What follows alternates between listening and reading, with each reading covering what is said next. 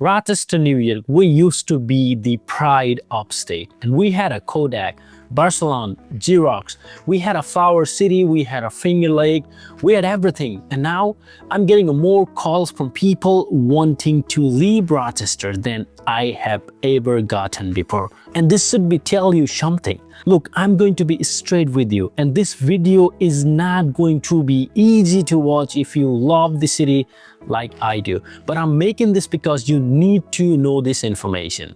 Whether you're thinking about moving here, whether you are already here or wondering if you should leave, or whether you're just curious about what actually happening in mid-sized American cities, this is what the most valuable things you can watch today, and you getting this for completely free. Stick around for the reason number 6, because this is something no one will ever choose to cover, and it is a thing that actually driving people out more than anything else. On this channel, we will cover everything about living in Rochester, buying, selling, and investing.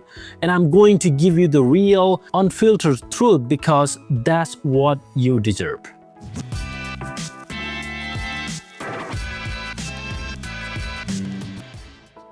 Let's talk about the job. I'm not just going to tell you the jobs are gone. Everyone knows that. Kodak collapsed. We lost 50,000 plus jobs. And cool, that's the old news, but here is what nobody explaining to you about what that actually means for your life. When Kodak collapsed, it's just not the 50,000 job. It is an entire ecosystem. Think about it. When you have a 50,000 higher paying manufacturing job, you need the restaurant for those workers, you need a car dealership, you need a retail stores, you need a service, you need everything.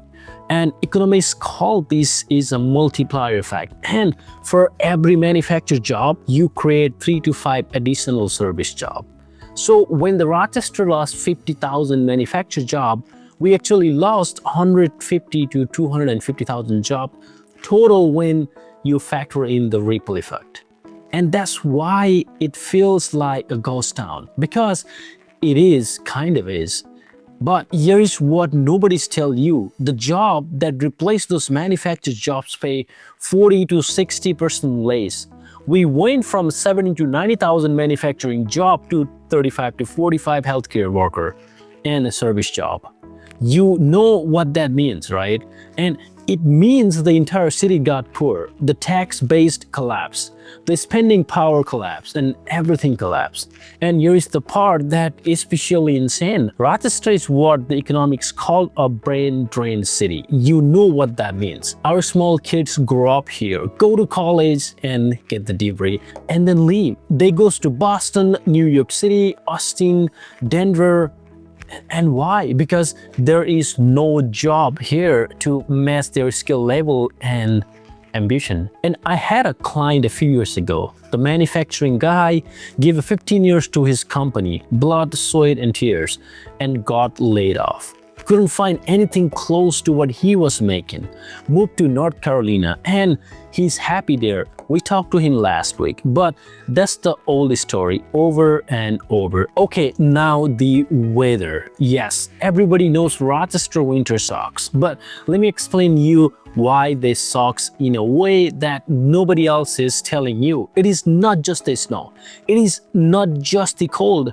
It is the psychological welfare of the 6 months of gray. We are talking about November through April of just gray. No sun, just gray. Every single day. And you know what that does to the people. The seasonal affective disorder is ramped here. The depression rate spikes.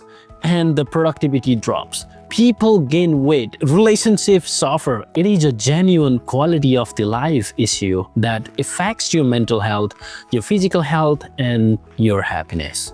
And here is what nobody talks about, the cost of winter here. I'm not just talking about the heating bills. Though that is insane. Everybody feels like now the urgent keep pushing the rate, the delivery fees, and you know, I have started seeing $300 to $400 every single month. And it is what it is. If you don't pay, they can cut the power. There's nothing you can do about it. And I'm talking about the car damage also, the potholes damage, I drive a 4,000-pound vehicle and I can feel every single potholes. Boom, boom, boom. You are looking for $100, sometimes even $1,000 of the car repairs every single year just from the road damage. But here is the part that is criminal. The lake effect is snow. 2 or 3 feet of snow overnight. And you know that's what our city expects. And for you, you just gotta deal with it. Dig out your driveway, dig out your cars, be late to work, and risk your life driving. And it is super exhausting for the newcomers.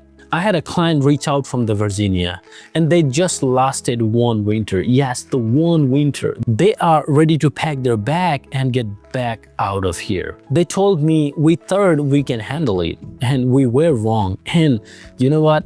I get it, because around February, I question myself why I'm here too. Now let's talk about the things that actually driving people out more than anything else, the tax. And I'm not just talking, oh, the tax is high. I'm talking about the fact that the tax here is so high that they are making it mathematically impossible for normal people to live here. New York State has some of the highest tax in the entire country. And you combine the state's income tax, the local tax, the property tax, the sales tax, and you're looking at the people paying 35 to 45% of their income in a tax. That is insane. But here is what absolutely a criminal. The property tax here are higher than people's mortgage payment.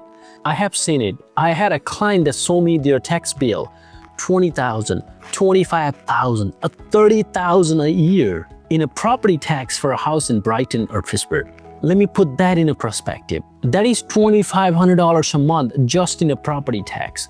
You could rent a nice apartment for that. You could have a whole mortgage payment for that.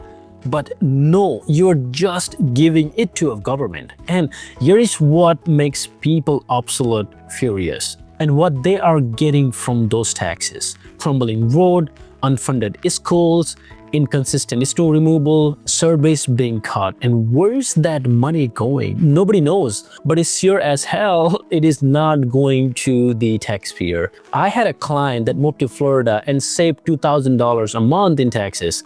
$2,000 a month, that's $24,000 a year. In 10 years, that's $240,000. You just funding your retirement account by leaving Rochester. And here's the brutal truth. If you are on a fixed income, if you retire, Rochester is financially untenable. You cannot afford to live here. The taxes will eat you alive. That's why retirees are fleeing to Florida, Texas, Tennessee, Arizona, and North Carolina. And you are not chasing the sunshine. Now here's where it gets really dark, the population issue. And this is something people doesn't understand the implication of. Since 2010, Rochester has lost over 50,000 people. But it is not just about we are losing people. It's about who we are losing and who is staying. We're losing young professionals. We're losing families with the kids. We're losing the productive taxpayer demographic. And who is staying here? Old people, retirees, and people who cannot afford to live here. People who are stuck.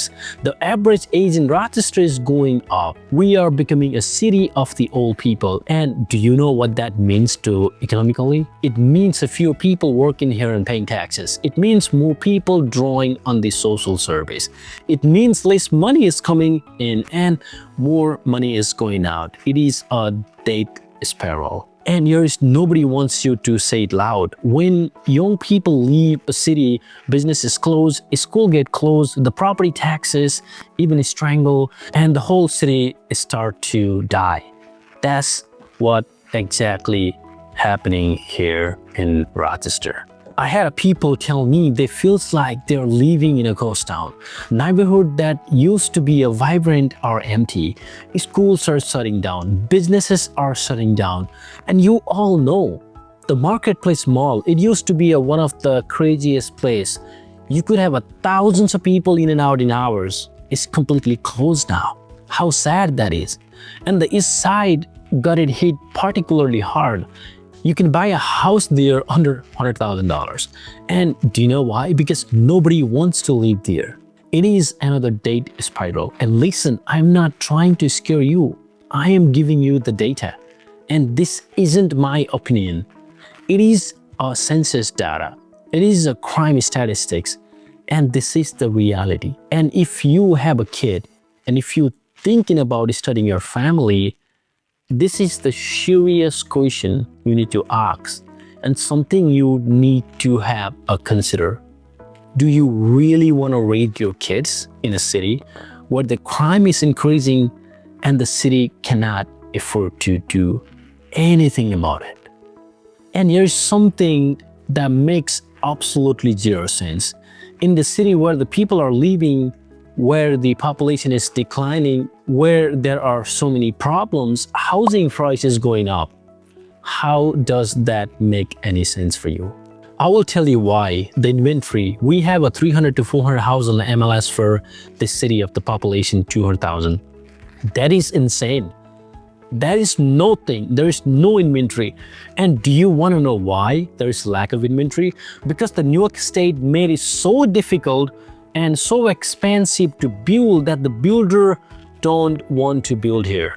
They are getting crossed with the fees, the regulation, and the taxes. Why the builder would invest in a New York when they can build in a North Carolina or the Texas or the Florida, where it is easier and more profitable? So you have this situation where we have those old homes, barely any new construction, and survive supply shortage. And the basic economics will tell us what happens when the demand exceeds the supply. The price will go up. But here's what absolutely crazy. The average person in Rochester only makes around 40 to 50,000 a year. They cannot afford these houses. They are being priced out by our own city. And you know who is buying? People from the other cities who sold their house from 800,000 in California and in New York and think a 350,000 house in a Rochester is a cheap house. Are the investor or people from out of the state? Location-wise, the locals, they are screwed. They can't afford to buy a house. They are stuck in renting it, or they are started living altogether. And that creates this wild dynamic where the house price keep going up, even though the city is dying. It makes no mathematical sense, but that's where we are right now. And if you're thinking about buying here, great, call us. We would love to help you. But if you're local trying to buy your first homes, I feel you, but it is really rough out here. Let's talk about the things to do. And look, and I know we have stuffs, and we have the Lilac Festival, we have the Jazz Festival, we have some nice pockets around the city. Park Avenue is cool, the public market is great, and I get it. But let's be real, if you are looking for things to do, Rochester is very limited. We are not Nashville, we are not even a Buffalo, and the Buffalo entertainment setting is way better than ours. And here's what people don't think about. It is not just about having things to do on the weekend. It is about the vibe of the city. It is all about the feelings like you are the part of something alive and something growing and something exciting, which you cannot find in Rochester. People doesn't have anyone. I had talked to the clients with the teenagers and they are struggling. Friends groups are already established. There is not a lot for the kids to do. The social settings are limited and kids feel it. And they feel like they are missing out. And as an adult, you feel it too. You feel like you are in the dying city. You will feel like the life is passing by you by while everyone else is living in the city that are vibrant and growing and exciting. This is not a good feeling. And that's why people are leaving Rochester every single day. Last thing we need to talk about is the infrastructure. And this is the thing that ties everything together. Our infrastructure is falling apart. The roads are terrible, not just the potholes. I'm talking about the roads that are literally crumble. Driving in South Avenue, driving in West Henrietta Road, they are disaster. And here's what makes people furious. They are paying $20,000 to $30,000 a year in property taxes and the city can't fix a road. Where is that money going? The schools are underfunded. The basic city service are being cut. The snow removal is inconsistent. Everything is falling apart and the city doesn't have the money to fix it because the tax base is sinking. Because the people are leaving, because the businesses are closing, and all of that is connected. I had clients tell me they can't get their street fixed. They have been living for 20 years, paying significantly higher property tax, and every year the city says, we don't have the budget. That is unacceptable. And you know what people are doing? They're leaving the city and going to the suburb.